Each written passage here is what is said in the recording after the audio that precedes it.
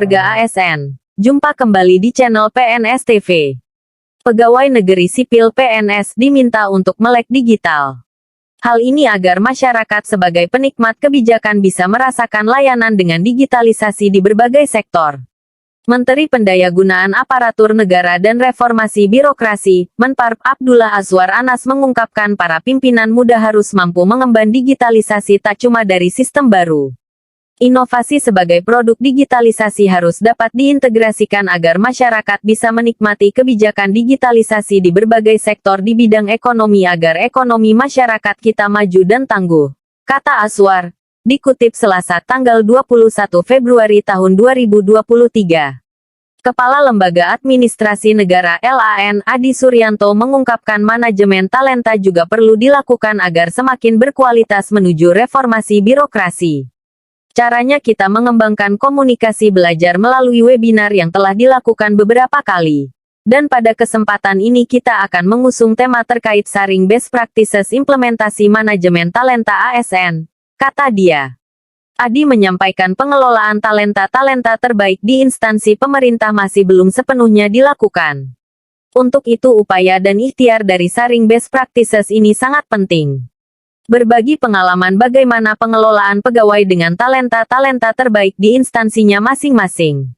Terakhir saya berharap dengan diadakannya webinar ini, peserta webinar akan bisa menjadi agen-agen perubahan. Agen-agen manajemen talenta untuk mendorong kultur baru dalam birokrasi bagaimana manajemen talenta ini bisa diterapkan dan dikembangkan di instansinya masing-masing, ujar dia. Deputi Bidang Sumber Daya Manusia SDM Aparatur, Alex Denny menjelaskan pemimpin masa depan dalam hal ini aparatur muda yang bertalenta sangat besar dalam mewujudkan reformasi birokrasi yang lincah. ADVERTISEMENT Scroll to CONTINUE with CONTENT.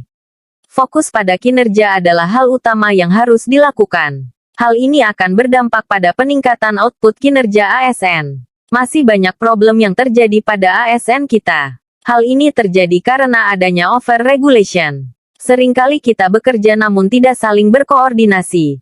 Jalan yang dapat diambil dalam menyelaraskan hal tersebut adalah penyederhanaan birokrasi. Kita ingin adanya sistem yang saling berkoneksi, saling terhubung. Hal tersebut dapat terwujud apabila ada talenta-talenta muda yang kompeten dan unggul, ujar dia. Ketua Komisi Aparatur Sipil Negara KASN Agus Pramusinto menjelaskan manajemen talenta bertujuan untuk meningkatkan capaian strategis pembangunan dan pelayanan publik, menemukan dan mengembangkan talenta untuk menjadi future leaders pada core bisnis pembangunan, meningkatkan profesionalisme dan kepastian karir, mewujudkan rencana suksesi dan meningkatkan sistem merit, serta memastikan pasokan talenta pada jabatan dan waktu yang tepat. Manajemen talenta tentunya membutuhkan proses dan strategi yang matang walau menghadapi tantangan yang besar. Tantangan dalam penerapan manajemen talenta timbul dari dua sisi yakni secara umum dan teknis. Pemahaman yang masih berbeda-beda. Tidak semua daerah tertarik untuk memperbaiki sistem merit yang berimbas pada manajemen talenta yang belum dapat terwujud. Infrastruktur yang ada dan keterbatasan anggaran seringkali menjadi alasan yang masih banyak terjadi. Melalui forum ini KASN memberikan poin strategi peningkatan penerapan manajemen talenta, ujar Agus.